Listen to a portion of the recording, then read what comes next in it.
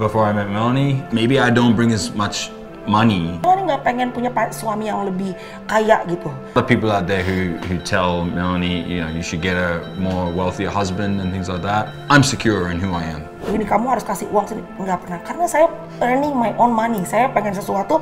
I think God has blessed me more than I need. Pernikahan, he taught me the 3 A's. Accept, appreciate, adapt. Rezeki yang ada pada aku tuh pasti menempel dari rezeki Tyson. Walaupun di sekeliling kamu ngeliat artis-artis yang kawin sama pengusaha kaya raya, hidup santai, hidup enak semua. It's not about items to me. But that's one of the banyak jadi penyebab konflik dalam keluarga. Banyak causing divorce sometimes. Sepanjang 10 tahun kami menikah, mengucap syukur ya, karena saya nggak pernah dibuat sama dia susah hati dan nangis, terus dia being unfaithful dan tidak setia sama saya, itu nggak pernah.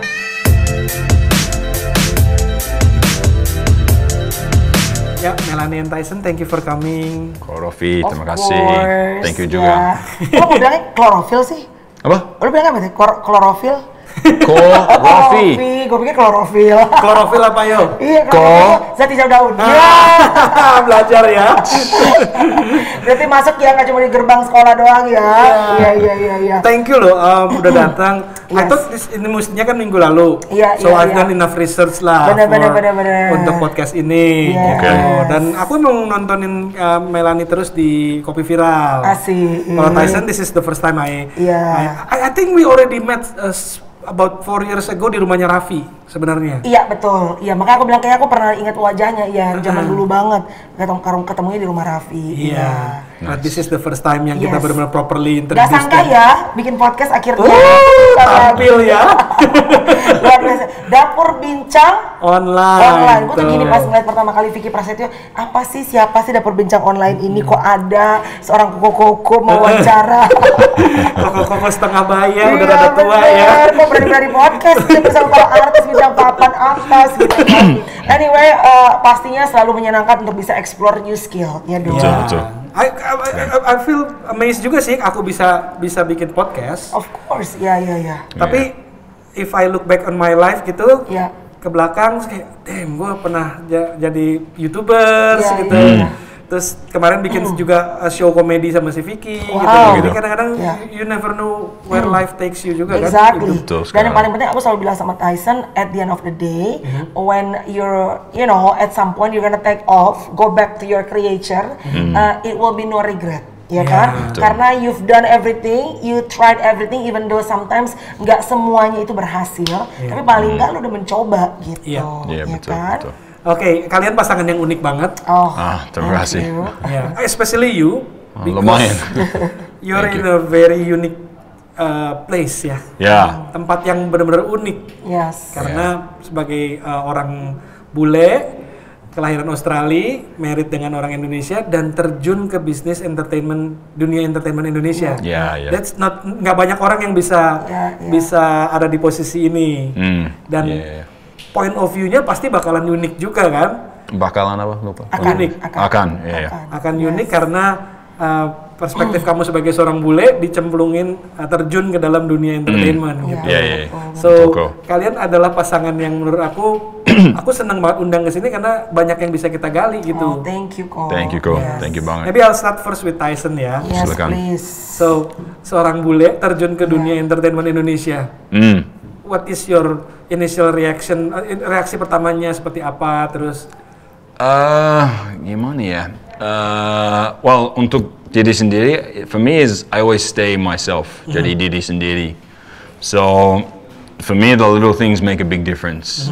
Like for me, one of the biggest adaptation things that I've had to adapt with in Indonesian entertainment is harus sabar. Karena banyak artis atau yang terkenal, they might take a bit longer untuk macam-macam, ya kan?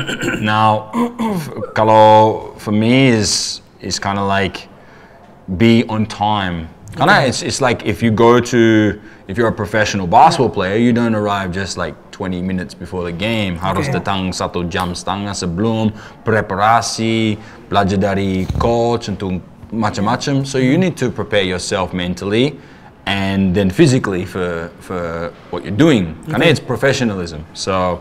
Dan waktu di Indonesia tiba-tiba di sini banyak ada berbeda. Molor ini, molor itu gitu. So that and then also like if you're on a TV program, you know, you have to be sabar. Jadi Indonesia udah belajar untuk saya kesabaran, kesabaran ya kan? Yeah.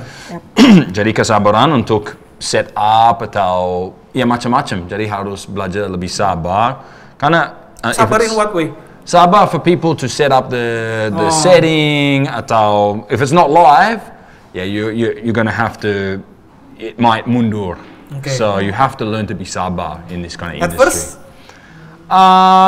frustrated? No? Pertama kali lumayan frustrated. Sebel-sebel. Yeah, lumayan sebel. Mungkin ngomel-ngomel ke Melaney juga gitu. Ya, ke aku sih nggak cuma maksudnya kayak lama banget gitu. Kalau misalnya di calling gitu dari tadinya dia on time terus lama-lama capek gitu kayak ntar juga pasti terlambat juga gitu. Cuma ternyata kan nggak semua, ada juga yang memang benar-benar kan ya mungkin spare cuma setengah jam, tapi emang ada yang benar-benar kan leletnya lama banget tuh ada gitu. Tapi ya that's I don't know, it's part of our job kan dalam dunia entertainment kan.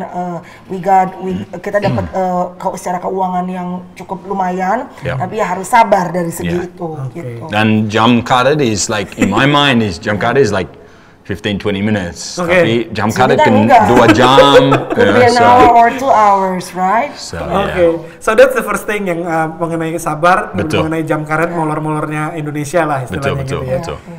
What's the second thing yang kamu realize di dunia entertainment Indonesia? What else? Apa ya? There's a lot of gimana ya? Jujur. To me, there's a lot of fake people.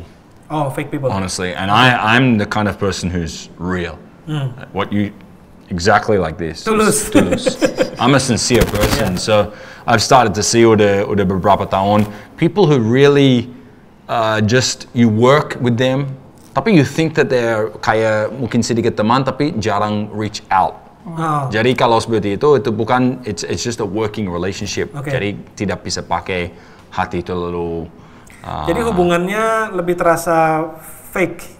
Bisa jadi. Sebenarnya mungkin bukan fake, maksud Tyson itu lebih transactional, more daripada transactional is a good. Yeah, transactional is a good. Ada kan maksudnya teman-teman yang misalnya kita teman dari mana tuh, kita teman banget gitu. Tapi mungkin karena keadaan di sini kan semua orang tuh bekerja, terus rumah juga kadang-kadang kan jauh kan. Jadi kita nggak bisa punya waktu. Kalau mungkin di Australia kan jam 6 mall tutup. Kerja mungkin jam 6 udah selesai. Kalau di sini kan enggak. Coba kita kerja kadang sampai jam 10 malam.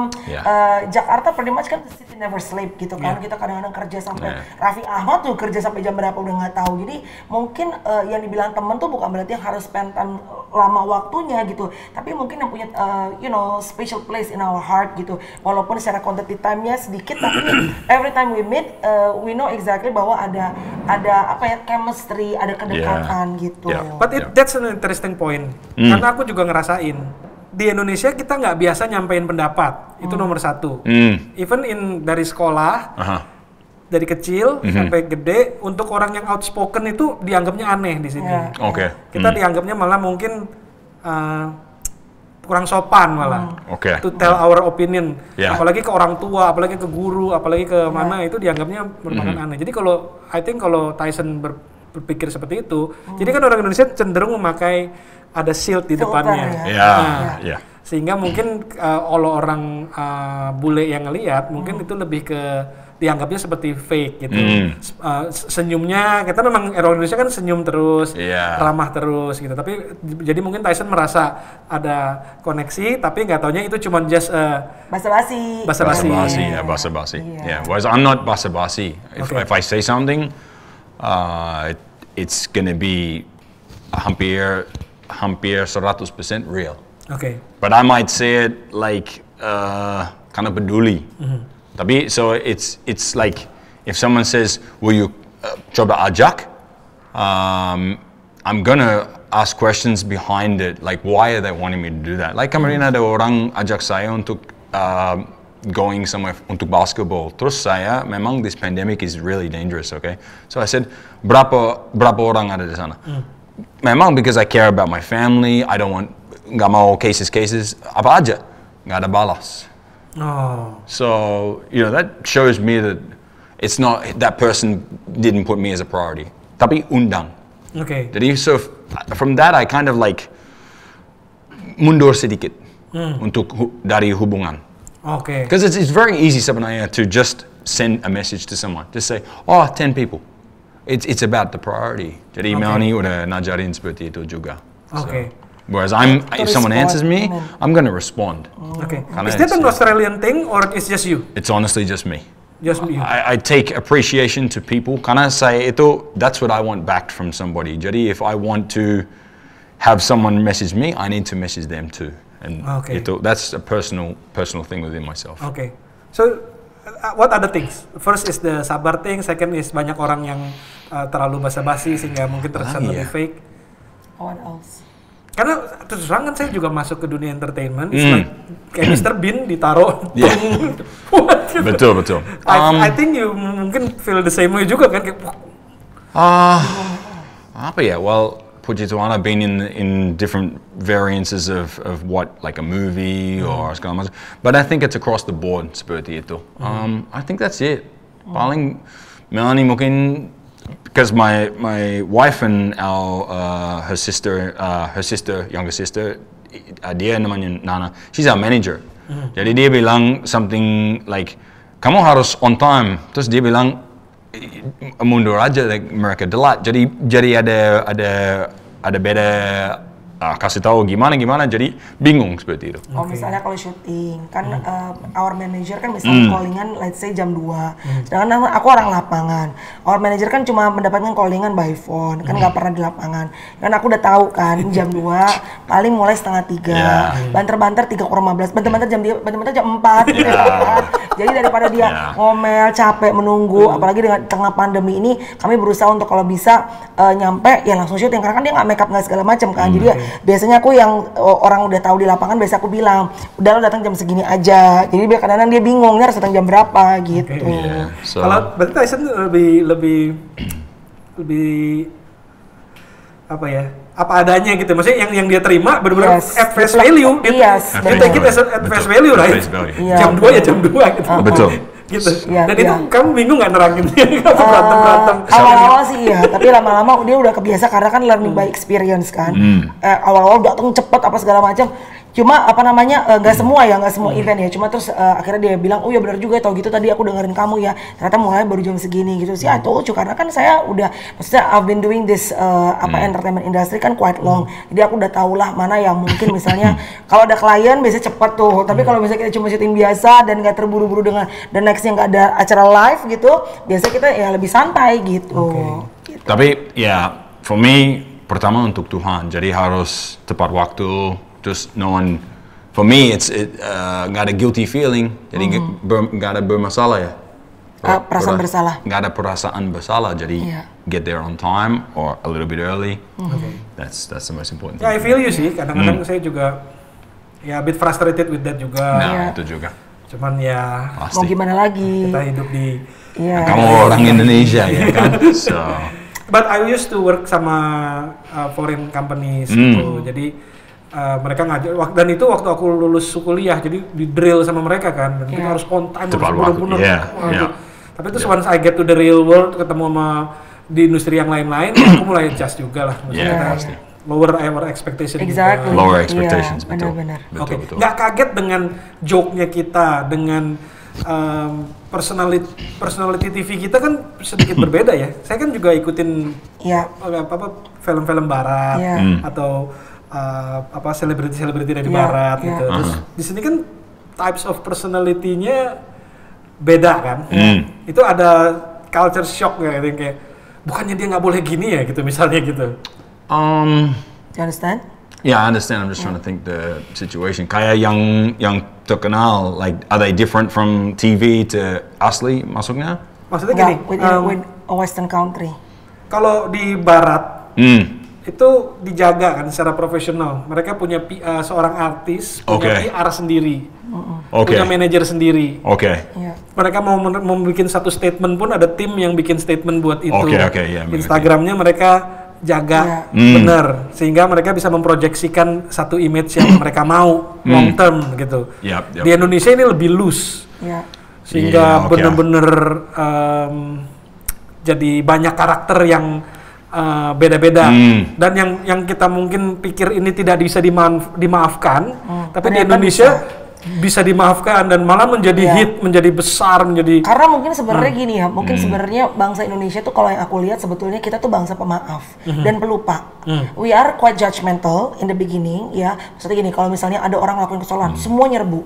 Itu terbukti gitu ya. Sedikit sekali yang berusaha untuk bisa ngelihat bahwa kan kita tidak menggunakan sepatu yang sama. Walaupun mungkin apa yang mereka lakukan itu salah, there's consequences in every action. Tapi sulit sekali untuk berempati sama orang lain. Karena kita nggak pernah tahu ya sebetulnya the reason why, the why behind why they're doing what they're doing kan. Tapi semua taunya adalah lu kan istri, lu kan ibu, lu nggak bikin malu, lu sebagai orang Indonesia nggak boleh begitu, lu nggak boleh pakai bikini di depan orang karena begini. many judgmental opinion gitu kan. Tapi ternyata kalau aku lihat misalnya ya example-nya adalah artis menggunakan narkoba, ya artis on the top menggunakan narkoba, and then ketangkap polisi, wah dicaci maki apa segala macam, memalukan ini, orang nggak sangka ya gini. Ternyata when the person back ya kan, mereka bisa punya tempat balik lagi on the same position or even more. Bukti dengan beberapa nama kan gitu. Artinya sebetulnya bangsa kita itu adalah bangsa yang pemaaf dan cenderung pelupa gitu loh. Banyak kasus-kasus yang sebetulnya lumayan gede gitu, dan pada saat mereka kembali yang kita pikir karirnya akan selesai, ternyata malah nggak juga gitu. Dan ini buat Tyson, is it something new that this kind of thing, or do you think it's? Seperti kamu bilang. Apa tuh? Yang tadi. Like terkenal and then something what happens do you think and about then. That?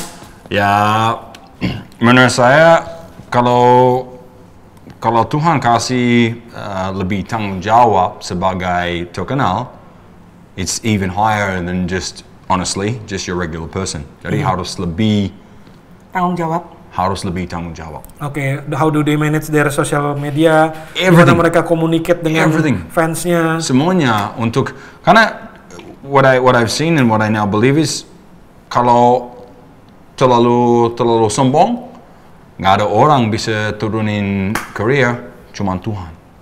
Dan itu kalau tidak bersyukur untuk fans, untuk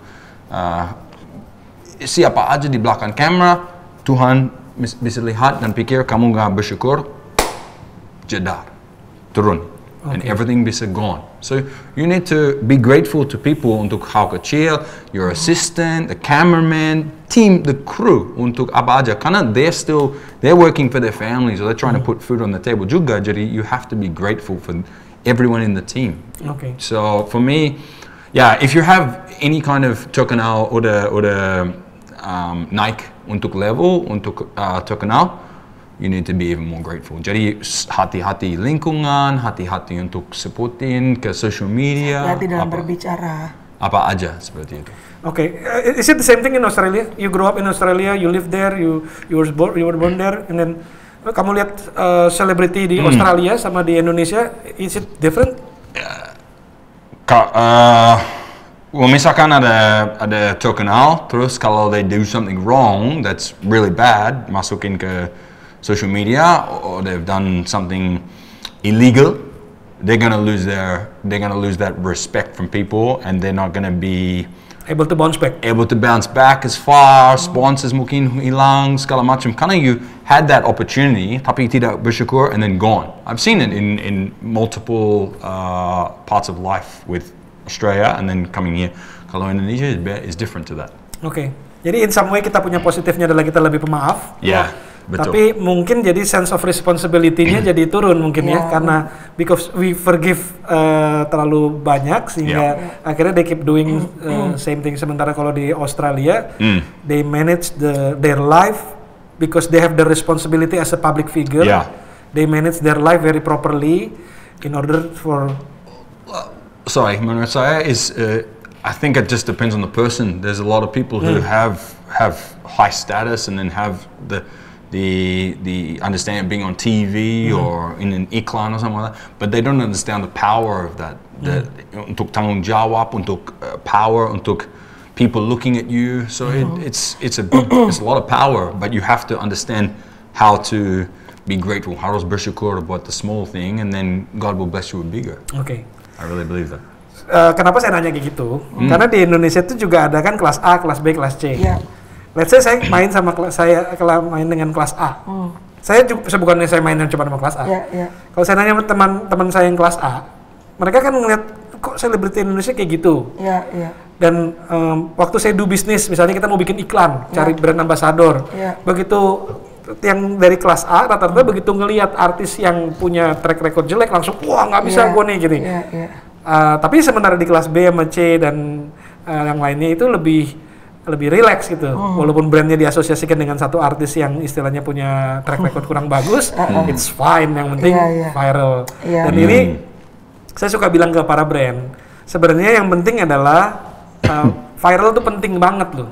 Karena kita nggak bisa hidup dari yang nggak viral juga kan, karena nggak dapat view, nggak dapat reach, nggak dapat segala macam. Tapi how to manage penampilannya itu yang penting.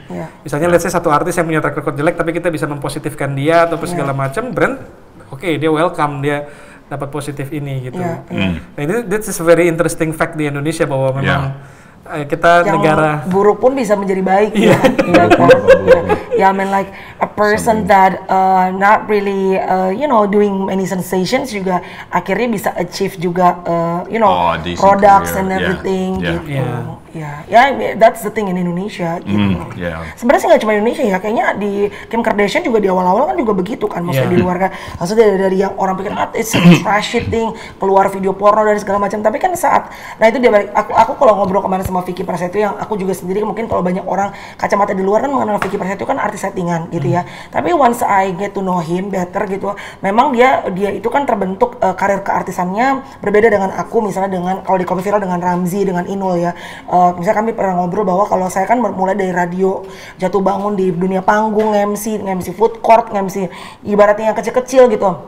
Mbak Inul juga dari lo penyanyi dangdut dari yang enggak ada bayarannya deh, Ramzi dari pemain figuran sampai sekarang gitu. Nah kalau Vicky itu kan dia lahir sebetulnya dari kebetulan, quote unquote kebetulan menikah dengan artis, tapi saat itu karena dia viral tiba-tiba dan kehebatan dia menurut saya karena dia bisa mempertahankan keviralannya, karena banyak orang sebenarnya tidak bisa mampu viral sesaat, karena viral is good tapi untuk bisa mempertahankan keviralan it's different story gitu. Banyak orang yang viral akhirnya di tengah-tengah jalan terlupakan gitu. Nah makanya dari obrolan saya sama Vicky kemarin adalah saat kita udah viral gitu ya, mau itu di set up sendiri atau set up by God, nggak sengaja gitu ya, tapi membawa popularitas buat kita harus tahu nih what to do nextnya gitu loh. Jadi jangan cuma sensasi-sensasi, tapi kita mulai harus berpikir karya apa yang harus dibangun, karena untuk bisa stretch nih endurance karir kita gitu. Karena kalau cuma kayak viral, kita misalnya saying silly and stupid stuff, orang ketawa lucu, habis itu sampai kapan, ya kan?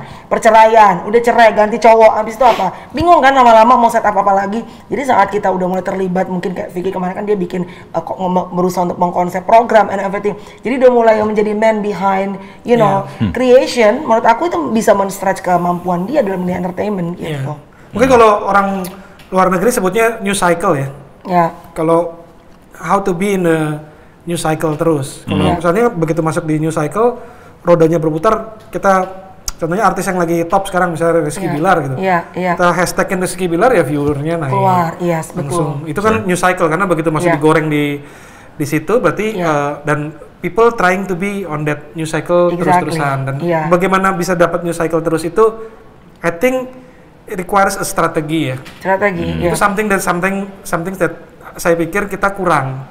Strateginya long termnya lu mau gimana, image yang mau lu bangun gimana supaya lu ada new cycle gimana, itu yang mungkin kita perlu pikirin. Karena kadang-kadang cuma enjoy fame 50 minutes of fame ya. Jadi cuma lagi dikejar media, lagi semua mempergunakan nama kita untuk collapse di YouTube segala macam. Nah, saat itu terjadi kita harus tahu nih what's next-nya, apa yang harus dilakuin. Karena bukan nggak mungkin dibawa dengan sekarang era TikTok dan segala macam, orang viral dikit masuk TV, Tapi kan setelah itu apa? Kalau emang kita benar-benar pengen menjadi true entertainer, ya harus tahu bahwa self skill juga penting gitu. Dan itu yang aku lihat ya, kayak contohnya aku ada salah satu podcaster yang aku suka di Amerika. Timnya tuh 75 orang. Wow. 75 orang. Wow. they have a marketing team, they have a research team, they have so many teams, dan mereka ya akhirnya mereka jadi multi-million US dollar industry because they do it very properly gitu. Kalau kita kan sekarang lebih kayak otodidak, terus lebih reaksi lah, ada satu momen oportunis kita ambil, terus kita nggak punya long term strategi yang cukup bagus. Tapi Tyson, gimana keluarga respon terhadap you being one of the selebriti lah di Indonesia gitu? Ya, puji Tuhan mereka bangga buat saya. Cuman pindah dari Australia ke Indonesia, cuman itu, dan bisa belajar bahasa Indonesia sampai lumayan lancar. That's your friend, no? You're on TV. Yeah, my friends. I've only got like 2 friends back in Australia now dari dulu, karena udah pindah terus. Ya pokoknya nggak mau dekat-dekat sama saya lagi, bukan karena terkenal, karena just lost contact, sengaja on their behalf. But like I said, saya dari dulu sampai sekarang jadi diri sendiri. I never changed my personality. It wouldn't matter. Like, it doesn't affect you, nggak ada effect sama sekali. No, because I'm centered. Like a lot of there's a late rapper namanya Notorious B.I.G. He said he's got a lagu namanya More Money, More Problems. For me, it's not more money, more problems. It's more money. You can bless more people.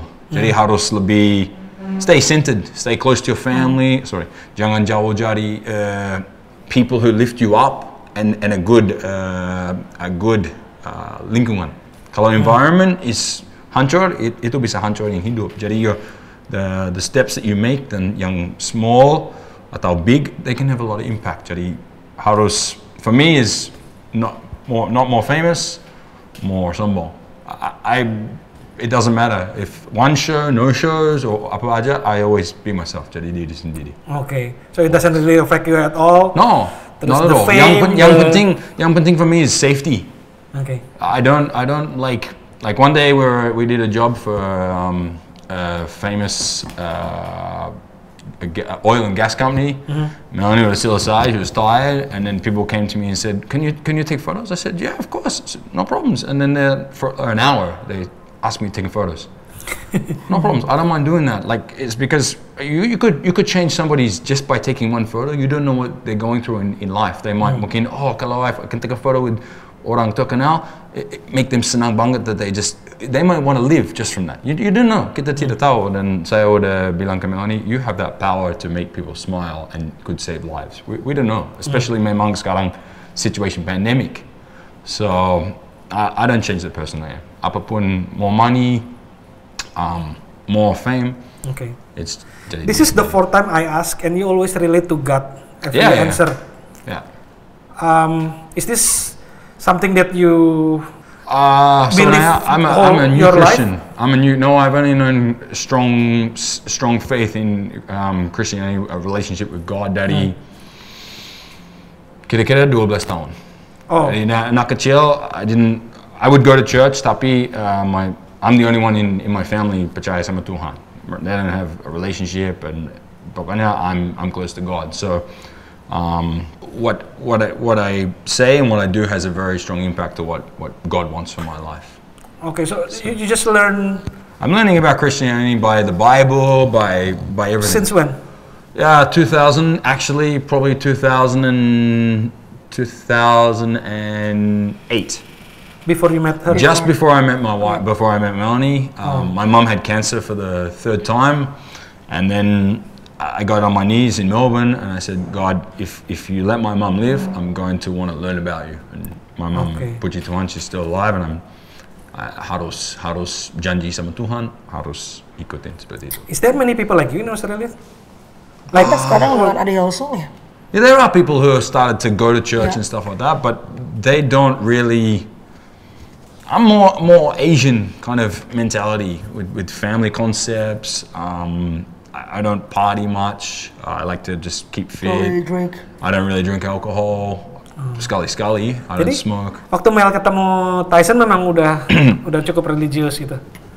Waktu ketemu Tyson, I mean like he always being a nice person, he's heart in the right place. Tapi dia kan nggak pernah benar-benar punya relationship ya dengan Tuhan yang dekat gitu. Karena memang dari kecil kan dia cuma taunya I don't know. At the time, did you know that you're Christian? Nggak tahu juga ya. Really. Kayaknya nggak juga deh, nggak tahu juga agamanya apa gitu. Tapi ya pokoknya yang dia tahu adalah kindness, ya, berbuat baik dalam hidup. Agnostik mungkin ya. Mungkin You agnostik. believe in God, but saya percaya sama Tuhan tapi tidak tahu. Agnostik, gitu. Jadi pada saat ketemu dengan keluargaku yang orang Batak ya gitu, yang of course konservatif dan yang really into God gitu kan, my mom and my dad gitu. Jadi ya Tyson mulai belajar. Terus aku bilang kalau mau memang, tapi emang kayaknya sebenarnya registernya Kristen tapi nggak pernah melakukan ritual keagamaan, nggak pernah punya deep relationship dengan Tuhan gitu. Cuma taunya berbuat baik aja sama sesama gitu. Nah, aku bilang kalau kita mau menikah di gereja harus dibaptis, and then setelah dibaptis harus juga ada katekisasi. Pokoknya step-step seperti itu, dan dia mulai nanya siapa Maria, nggak tahu sesimpel itu, siapakah Yusuf gitu kan, dia benar-benar nggak tahu.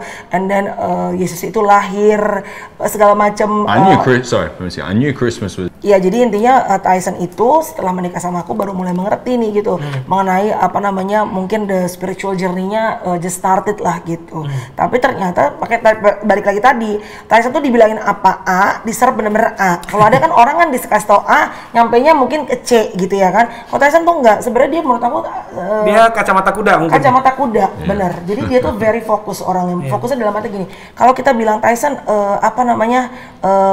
apel itu bagus banget buat kesehatan. Udah apel ketumplak. Kalau kita kan, masa sih? Emang kenapa harus apel? Kenapa nggak tomat? Kenapa nggak pisang? Gitu kan? Tyson emang nggak dikasih tahu mengenai who is Jesus, how to build the relationship with him. Itu bener-bener diserap plek ketumplek seperti anak kecil menyerap satu firman gitu. Nah, sesimpel misalnya gini, kita baca firman sama-sama, kita doa sama-sama, and then aku tuh orangnya lebih overthinking kan dibandingin dia gitu. Karena mungkin juga kayaknya Tyson itu nggak terlalu ambisius dalam hidup. Dia orangnya mengikuti aja irama kehidupan. Pokoknya dia percaya apa yang Tuhan taruh, dia bersyukur gitu.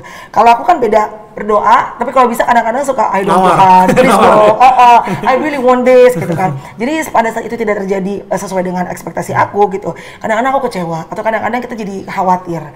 Nah, aku jarang sekali melihat dalam 10 tahun perkawinan aku sama Tyson, ini orang susah tidur gara-gara khawatir atau gara-gara takut. Never in his life.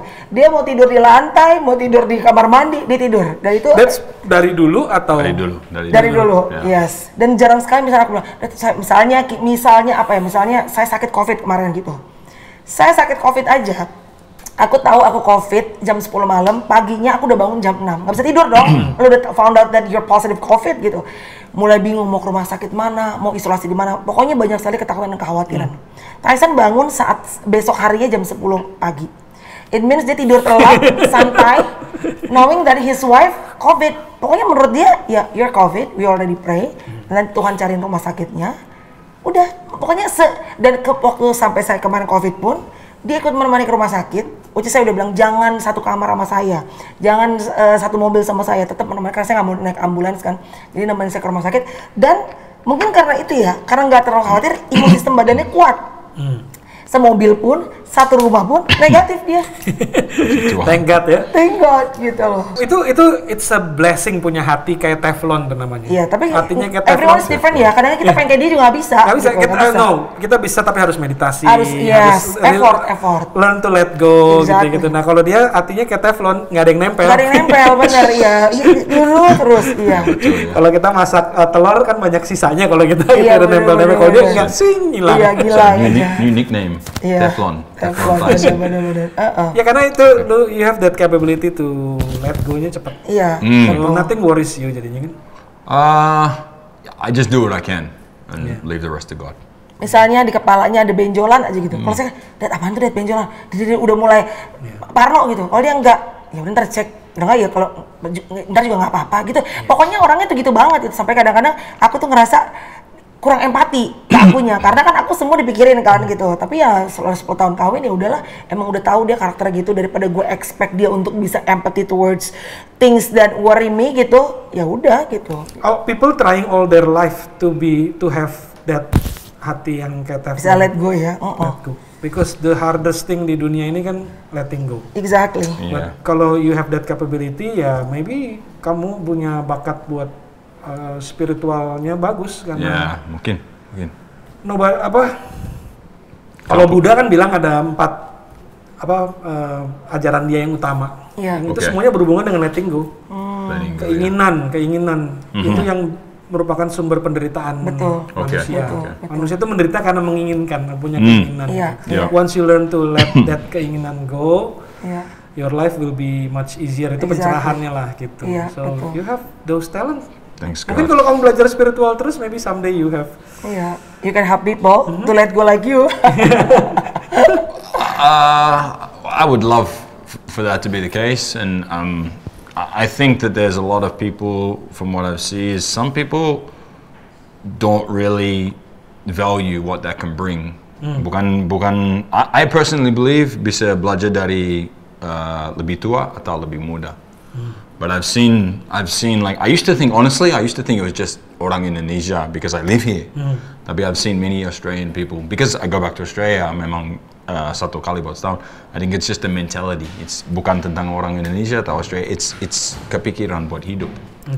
So at the same time is some people cannot receive that. If you say something like, hey, I don't think you should smoke, misalkan, I don't think you should smoke because they hear it, but they nggak masukin ke otak. So then it's like, you plant the seed, tapi how much do they really want it? So sometimes you have to be careful of who you talk to, you'll start to see in the smallest ways of who really wants to receive that and then take their lives to other directions. Bukan money, like letting go, like increasing strength in their body, strength buat pernikahan, apa aja seperti itu. So I just try and show a better example or a good example for that, and then hopefully people receive that. Because people cannot receive some of the information that you want to tell them, or that they can apply to their life, because they just, pengalaman atau ego atau they just can't get to that level mentally. So you have to be. Waktu itu aku juga pernah nyebut di podcast, kalau aku ngulang sini mungkin redundant, tapi untuk kita memproses informasi otak, itu kita ngelewatin batang otak, which is itu refleks untuk kabur, cari makan, berkembang biak. Habis itu memori yang berhubungan dengan senang, happy, apa segala macam. Terakhir baru logika. Jadi runtutannya gitu, dan itu yang jangan ngerokok, tapi keblok sama memorinya ngerokok tuh enak gitu. Nggak nyampe ke logikanya. Udah turun duluan dah. Betul. You have that jalan pintas, kalau Tyson aku lihat jalan pintas informasi langsung nyampainya ke logika. Jadi tapi itu yang juga aku bilang sama dia, maksudnya kan dia sebenarnya niatnya baik. Misalnya kadang-kadang lihat orang makan, lihat saya makan sembarangan, dia pengen kasih tahu karena kan dia tuh sangat concern untuk hidup sehat. Tapi kan aku selalu bilang sama dia, everybody's different. You have to remember that God created everybody's different. Like truly different. Kepalanya semua hitam, rambutnya orang Indonesia, tapi lo nggak pernah tahu dalam otaknya pemikiran seperti apa. Nah kadang-kadang your intention is good, niat lo baik untuk mengingatkan mereka, tapi you can sound annoying for them. Dan itu jadi irritating buat beberapa orang yang mungkin udah deh, it's my business anyway gitu. Jadi aku ajarin dia, kalau dulu kan dia gitu, misalnya makan apa ngomong ke orang panjang lebar, aku bilang you're wasting your breath ya. Kamu kasih tahu mereka, kalau mereka interested, that's it, udah. Dan nggak bisa forcing orang, it's their choice anyway. Aku bilang gitu. As much as kamu pengen orang lain berubah, it's not in your control. Aku bilang gitu. So I learned that for her. Definitely. So many things you learn from your wife, and also from Indonesian culture. Banyak banget. Because Indonesian culture yang aku banyak ketemu, aku kemarin ketemu Lee Jong Hoon, aku ketemu Richard Kang, aku juga punya teman-teman bule gitu. They amazed with how we Indonesian people tuh can feel relax, lebih santai, lebih enjoy gitu, lebih gitu. Nah sekarang aku mau nanya, business wise, Melaney is one of the top host di Indonesia. Oh, thank you, Paul. Dia punya show setiap hari, she has her own show, and then job juga kesana kemari dapat terus, which makes her income eventually tinggi. Is that gonna be a problem in your marriage gitu? Well, I was just thinking you were gonna go in this direction, but that's okay. Honestly, no. I'm a secure man. There's a lot of people out there who tell Melaney, you should get a more wealthier husband and things like that. I'm secure in who I am. I have a job. I came from my country, gave up what I had and things like that. and I didn't have a career at that stage I didn't have a career to come to. I moved to Indonesia sebenarnya because she's close to her family, very close, like sangat dekat, and for her career. If Melaney, I'll tell you 1,000% the truth. If Melaney was just a person who worked in a coffee shop, a cafe, but she's still the same person, bless you, and we can still grow together in many ways, I'll still have her just the same. Nggak naik Alphard nggak apa-apa ya? Nggak naik Alphard nggak apa-apa? Nggak boleh sebutin merek. It's not about items to me. But that's one of the banyak jadi penyebab konflik dalam keluarga. Banyak causing divorce sometimes. Sometimes conflict. Yeah, definitely. So how you guys manage that to be not in conflict? For example, if who pays for the kids? Who pays for well, that does kind of come up and stuff like that. But I do what I can do. Like right now is a pandemic. She's more driven with making things happen in that way, whereas I'm more like obviously you know that she got that cost a lot of money, caused a lot of heartache, segala macam. Jadi saya pikir I'm gonna stay at home supaya tidak usah bayar untuk apa aja. So for me, it's like saving the possibility of getting the virus. Like I haven't been out dari rumah like once. Ini satu kali dari 3 minggu beli makanan di belanjaan. Because I don't want to get the virus. I don't want anyone in the family, orang tua, mertua seperti itu. So for me, we have a different kind of kepikiran buat itu. But we still come back to the fact that we love each other. So yeah, there are people who say that kind of stuff, but I'm secure in myself. As long as I'm bringing some money, I'm not L-A-Z-Y. I hate that word. And this is a pandemic. Right now, there's been so many people affected financially, segala macam. So I'm in the same boat. Jadi saya harus, I've had to do some changes, but at the same time it comes up. But I have a solution, hopefully, that I'm going to try. So I can, because as a man, I don't want my wife to pay for everything. But I do believe that, when you're in a marriage, it's not your money, her money. It's together as one. So there are times that can come up, and I have heard many stories. I'm not going to lie to you, it has come up with us. But we talk about it, and I've stopped certain things in financial ways to help the two of us and help our family. And that's all I can do at the end of the day. But I'm secure in myself. Soalnya aku a bit admire ya. You guys 10 years and you look like you love each other. We do love each other, but doesn't mean that we don't fight. Yeah. Gimana Melaney itu maksudnya mengenai? Funny you ask that quote, karena aku baru aja beberapa hari yang lalu aku tanya sama Tyson, do you feel secure as Melaney Ricardo's husband? Saya tanya gitu sama dia, karena kan tidak banyak laki-laki yang mungkin bisa menemani perempuan se-alpha saya. Saya tuh tahu banget saya tuh very alpha gitu ya. Saya dominan, saya driven by things that I want. Kadang-kadang Tuhan aja pengen saya atur. Ya bukan saya atur maksudnya. Kalau bisa kasih tahu caranya. Iya, kuat ya maksudnya kita nawar sama Tuhan gitu ya. Sedangkan dia kan orangnya lebih YOLO, you only live once, relax, santai gitu. Tapi saya tahu secara pasti bahwa kenapa Tyson yang diberikan karakter seperti ini di sebelah saya, mungkin kalau laki-laki yang alpha juga pasti kita udah gontok-gontokan di 3 tahun pertama rumah tangga gitu. Siapa yang nggak pengen punya suami yang juga pasti earn a lot of money, pasti iya. Tapi buat aku saat Tuhan kasih berkat, sebenarnya gini, kalaupun misalnya ada problem dan masalah itu sebetulnya bukan karena saya earn more money dibandingin Tyson. Cuma kadang-kadang pada saat saya earning more money, saya pulang, saya pengen dimanja dan disayang sama dia. Saya nggak pengen, after long day, karena kan pekerjaan saya tuh, orang bilang fun, menyenangkan, tapi kan actually a lot of pressures. Orang nggak pernah pengen tahu saya sama Tyson lagi ribut. Pokoknya orang taunya Melaney Ricardo is a funny comedian. Every time I see or invite this person, saya pengen ketawa ngeliat Melaney gitu kan. Karena orang nggak tahu kalau saya kadang-kadang susah hati, saya lagi nggak enak keadaan rumah tangga dan segala macem. So saya cuma minta sama Tyson sebenarnya Saya jarang banget bilang Tyson, you have to pay the bill segini, kamu harus kasih uang sini. Jarang sekali.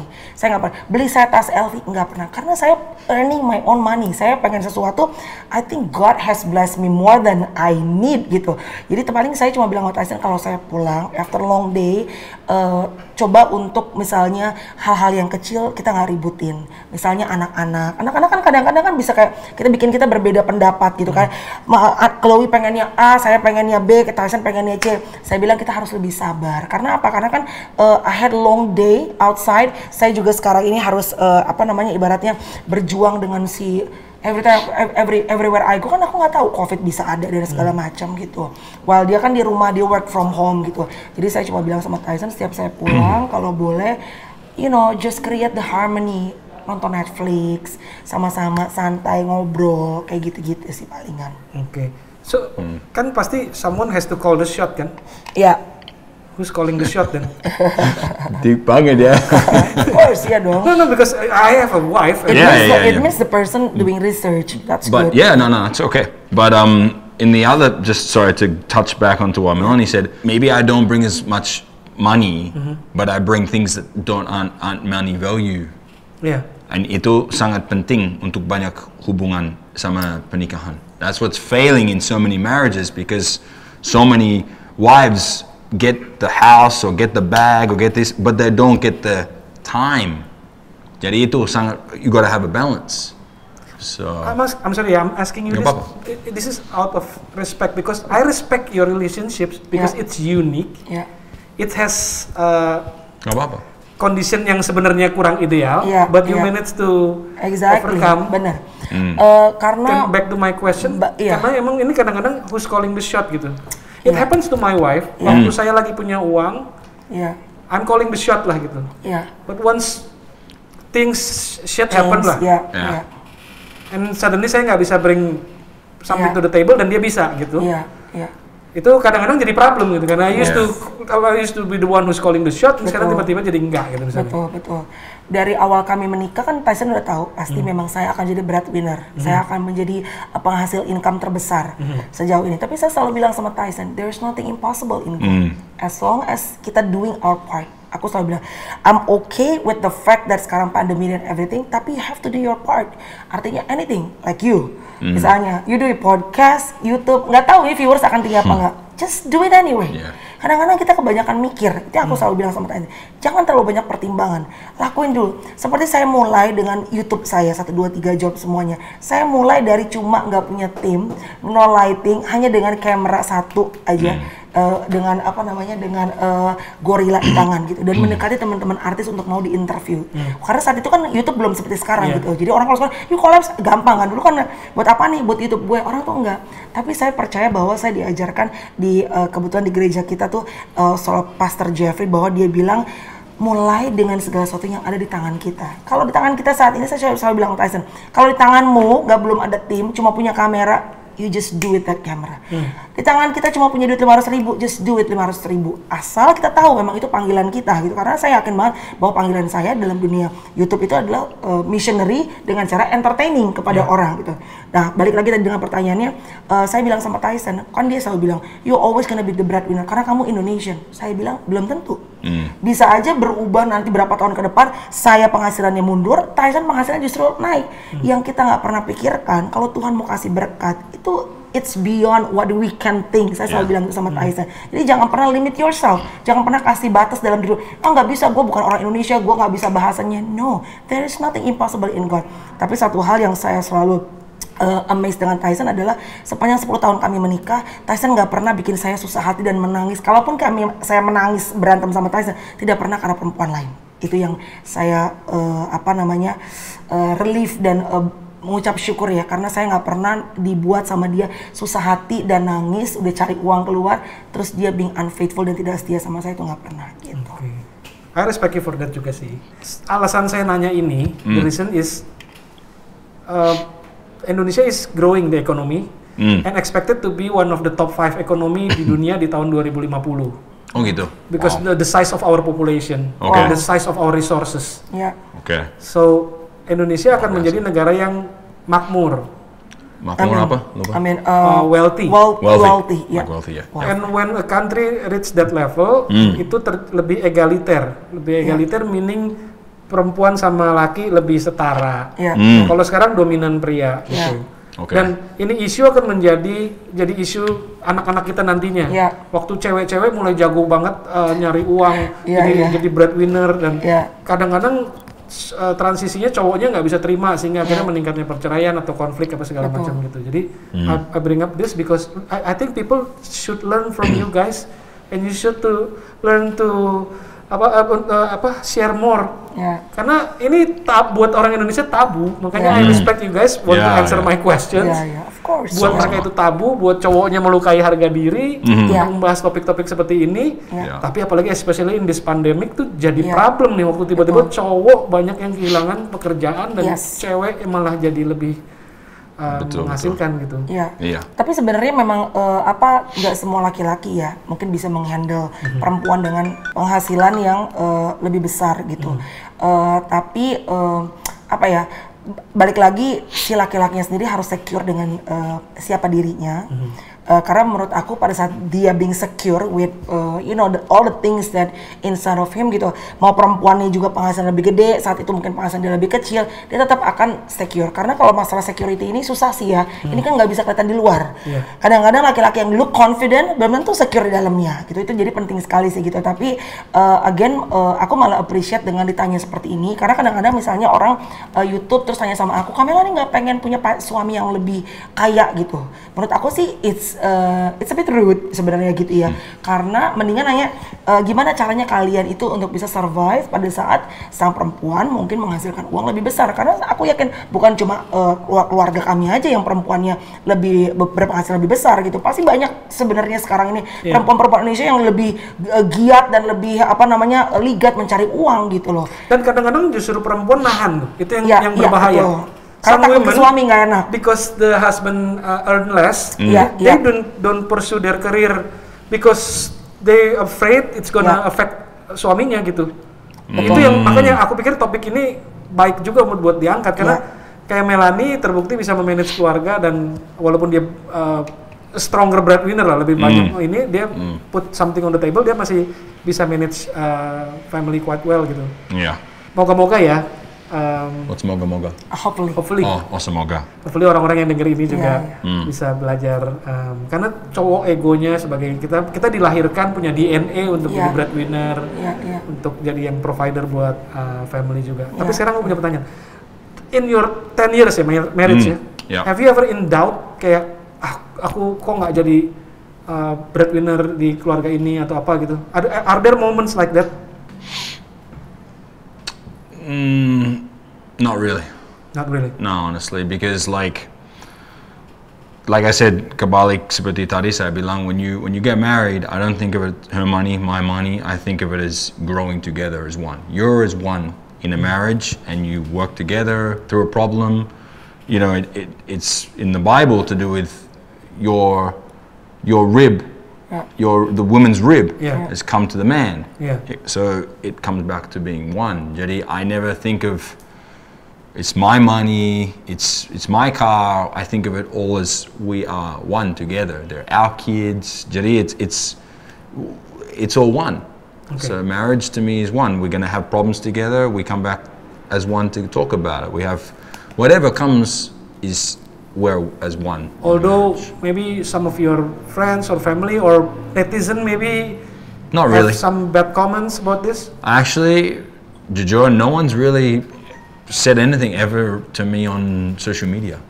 Jadi mungkin di belakang, you know, people say stuff behind you, and they said to Melaney, I'm okay with who I am. You know, they can. At the end of the day, as Melaney told me, this is people can say whatever they want, but it's how you react. Or you know, if it's there's only really two things that you cannot control. You cannot call me. You can call me in life. One is LAZY, and another one I can't even sebutin because it's kasar. Other than that, people can call me whatever they want or say whatever they want. It's how we kepikiran. What's that going to do to me? Is it going to help me? Put me down? Terserah. You can say whatever they want, tapi saya tidak menerima. Kalau saya nggak suka, tidak menerima. ada orang bilang, oh kamu lebih cakep face to face, ada bilang, oh kamu jelek di TV. That's a personal opinion, and it doesn't nggak affect me. Never had any doubt ya? No. Okay, how about you, Mel? Sorry, excuse me. And the other thing is, if I react to that, itu bisa effect untuk pernikahan atau segala macam seperti itu. So it's almost percuma. That's why. That's very good to hear. How about you, Mel? Have you ever had any doubts? Karena pasti someone pernah ngomong atau netizen atau apa atau netizen pernah misalnya berbicara atau mungkin dalam kolaps pernah dipertanyakan kepada aku juga gitu ya. Pasti pernah lah gitu, maksudnya dalam kepikiran aku juga mungkin ada masa-masa di mana aku lelah, capek mungkin gitu ya. Mungkin akan lebih mudah kalau misalnya kita menarik beban sama-sama berdua gitu. I mean like 50-50. Mungkin kalau sekarang kan mungkin aku 70 dia 30 gitu.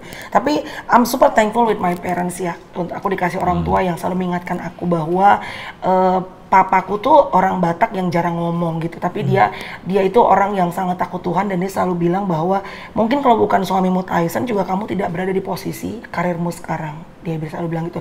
Mungkin karena dulu kan misalnya waktu aku di awal karir aku pacaran sama orang Indonesia apa segala macam, nggak pernah ada yang liput kan. Begitu pacaran sama bule banyak yang liput karena mungkin menarik gitu ya, bagaimana dua kultur ini menyatu gitu. Terus papaku selalu bilang bahwa rezeki yang ada pada aku tuh pasti menempel dari rezeki Tyson. Walaupun di sekeliling kamu ngeliat artis-artis yang kawin sama pengusaha kaya raya, hidup santai, hidup enak semua. Tapi ternyata pas aku ngobrol lebih dalam, banyak sekali ternyata yang mungkin aku lihat, wah enak banget dibeliin tiba-tiba. Mungkin kalau aku harus nyicil Alphard gitu ya, dengan kerja keras tiap hari dari pagi sampai sore, kadang-kadang orang bilang lu kerja mulu sih nggak ada waktu. Aku tuh nggak punya waktu main kok. Aku tuh hanya punya waktu main sama teman-teman date, disebut apa? Sel di gereja, komsel itu yang teman-teman aku. Saya kalau kayak hangout sepedaan pagi-pagi, I don't have time for that. Aku jam 10 kan udah harus standby, kopi viral. Aku udah nonton. Iya kan? Terus setelah itu harus collabs, biasanya ngejar collabs segala macam, kadang mengajar AdSense YouTube juga. Sore aku punya acara di Net TV. Malam aku ada seminggu sekali sih ada Call Me Mel di iNews. Jadi hidupku tuh sebenarnya bekerja. There are some times pasti aku questioning myself bahwa wow, kok aku tuh banyakan kerja dibandingin orang-orang kan bisa liburan, santai dan segala macam. Tapi ternyata kalau aku ngerasanya bahwa aku dipercaya sama Tuhan nih, dan gak semua orang juga bisa dipercaya seperti itu gitu. Artinya aku dipercaya banyak orang di belakang aku, my driver, my employees, pegawai-pegawai aku yang bukan cuma mereka aja, tapi keluarga mereka juga itu mumpuni hidup di belakang aku kan gitu. Jadi dengan aku malas kerja, aku nggak mau santai segala macam, nggak ngambil pekerjaan, kan automatically juga bonus dan segala macam buat mereka juga berkurang gitu ya kan. Saat aku diberkatin, aku juga bisa memberkati mereka. Jadi kalau banyak orang bilang kadang-kadang hidup lu kerja mulu segala macam, I'm super grateful loh dikasih Tuhan, karena lebih sakit percaya deh, lebih sakit menunggu pekerjaan, dan pekerjaan itu nggak datang. Dan di Instagram kita sibuk ngeliat teman-teman kita kerja, kalau buat gue nih ya, dibandingin kita kerja tiap hari lelah capek, tapi kita bisa ngeliat wow ini masuk itu masuk, dan kita bisa memberkati banyak orang. Kalau aku gitu sih rasanya. Lebih enak nunggunya di Alphard juga ya. Ya tuh, nunggu di mobil juga, ya kan, gitu loh. Ya, tapi bukan berarti overwork ya, harus apa namanya. Nah, di musim ini nih aku lagi juga berusaha untuk membuat prioritas. Karena kan kemarin sebelum aku Covid dalam rumah tangga tuh sempat banyak sama Tyson bukan ribut terus, bukan apa, distant kami gitu. Karena aku kerja terus, aku terlalu driven dengan karir aku. Jadi sekarang ya Tuhan bilang 24 jam, pintar-pintar kamu ya, tetap harus bekerja, tapi kayak misalnya despite of abis kerja kayak kemarin kayak mesti hangout sama teman-teman pasti mau makan lagi ke Kenanga ya kan, gitu ke Kacamata. Aku harus decided bahwa aku harus pulang karena dari pagi, dari anak-anak baru belum buka mata aku udah bekerja, jadi I have to go back home. Kayak kemarin kan kita paling nge-wine 1 gelas, dia juga gue paksa-paksa baru mau tuh nge-wine supaya lebih santai gitu. Ada sugarnya di wine. Iya, dan harus yang manis kan wine-nya gitu kan, terus kita ngobrol gitu. Jadi memang it's about priority sih. Okay, last questions. Aku juga 2 things boleh nanti. Setelah itu questions. Sekarang. Yeah. So one of my pastors, one of our head pastors at our church taught me dulu. I talked to him what's up tentang pernikahan. He taught me the 3 A's. Accept, appreciate, adapt. So misalkan if like Melaney has many companies that says like come to her and say, can you take a photo for this, especially during pandemic? I know their business has dropped. So she's taking lots of photos. So I have to accept the fact that there's people who want to get her help. Appreciate it, the people, sometimes they pay, atau they don't, but that she has to do that. That's fine. and then adapt around it. Okay. That's three. That's the first thing I always remember is the 3 A's. Okay. That's a very good 3 A's sih. 3 A's. That's what I always remember dari Pastor Jeffrey. Dan ini dari satu orang dari Amerika. If you like deep things within life, I recommend you look this guy up. Namanya Inky Johnson. Okay. Long story short, he lost his right arm playing American football. Long story, and he almost died. Now he puts his commitment like this. Commitment, I'll say it in English and then you can maybe translate Bahasa Indonesia. Commitment means staying true to what you said you were going to do when nobody's watching. Long after the feeling you've said it in has left. Oh, okay. So I got married on the 31st of July 2010. Happy, senang, Melaney didn't have kids, you know, she was maybe a little bit lebih kurus, whatever the case, apapun. That's the day I made a commitment. Bukan pertama to my wife, pertama to God. Okay. So when we have a fight or something like that, I still got to say, okay, this is my commitment that I made. Okay. And this is what I will follow through to finish. That's why I always use satu untuk selamanya. Okay. So it's first and foremost to God. But you know, she's still very, very beautiful and very, very sexy, and I'm a blessed man to have her as my soulmate. This is the side of you that this is the truth. Yeah, this is the truth. She's a very beautiful lady inside and out. And this is what you don't know. So many people don't know is she has that kind of car, but she doesn't spend money on like a lot of other artists because she's very, very smart with her where she puts her money. And a lot of people don't know this. She's very, very humble like that.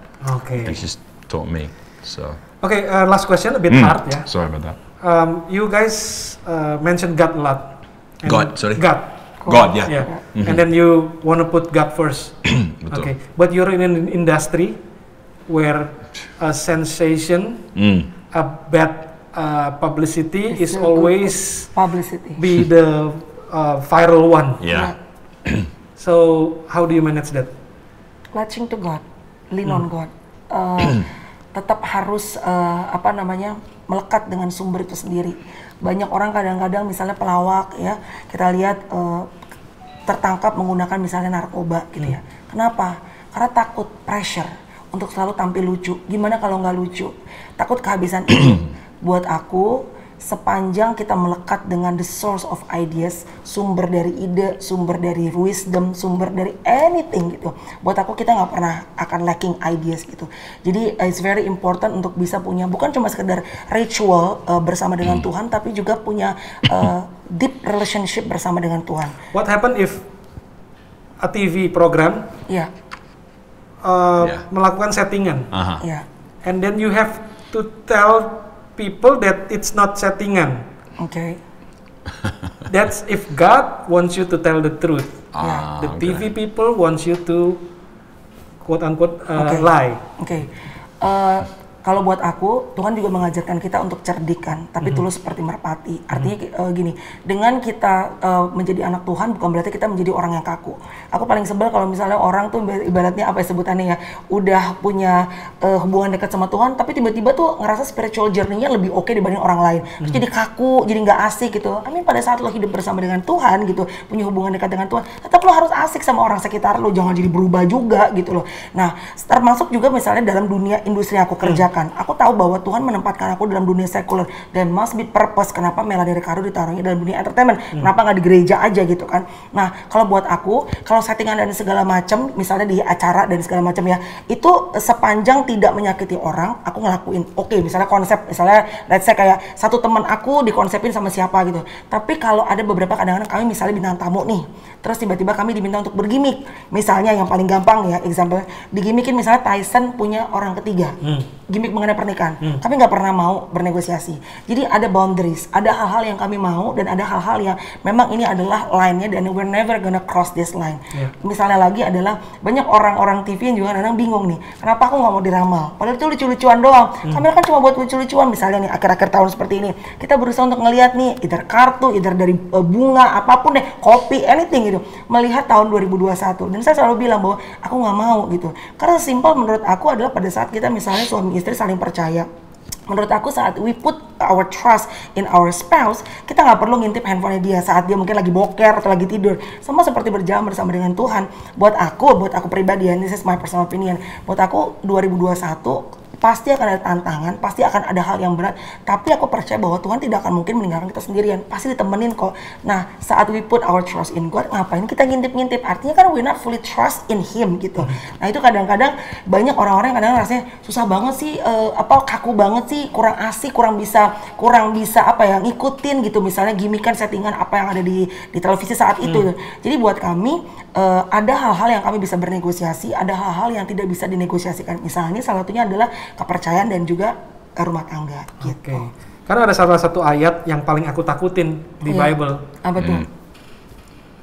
Tuhan gak mau kita mengabdi dua majikan. Exactly, ya. Dan I fail sampai sekarang. Apa bahasa Inggris? We cannot worship two gods in the same time. Gitu. Yeah. Ada Mormon hal-hal lain lah ibaratnya. Yang lebih negatif dan yang positif gitu. Kita we cannot serve dua. Kalau aku jujur sampai sekarang aku masih gagal, makanya aku bilang aku selalu takut karena begitu ditanya pertanyaan itu deep down inside di dalam hati aku tahu I'm still playing with both side gitu. Of course, masih aku trying ke sini tapi di sini. I mean like saat kami, aku juga dulu gitu kok.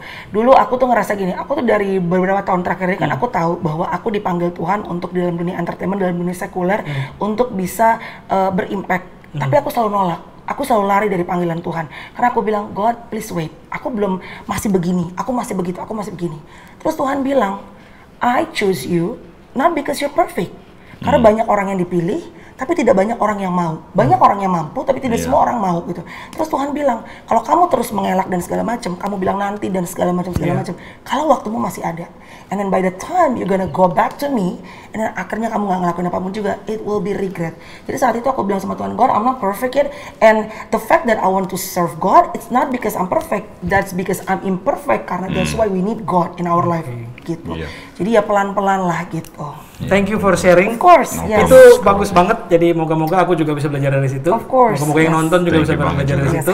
Karena sebelum memulai acara aku biasanya sedikit berdoa, menyempatkan diri berdoa sama Tuhan. That's good. Semoga acaranya membawa manfaat buat banyak orang. Kalau saya berbuat kesalahan, mohon maaf ya Tuhan.